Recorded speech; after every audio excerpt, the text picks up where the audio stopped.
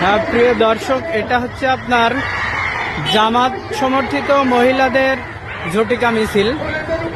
এটা হচ্ছে আপনার চৌগাছা বাজার। দেখেন হাজার হাজার মহিলা রাস্তায় নেমেছে। এই যে দেখেন,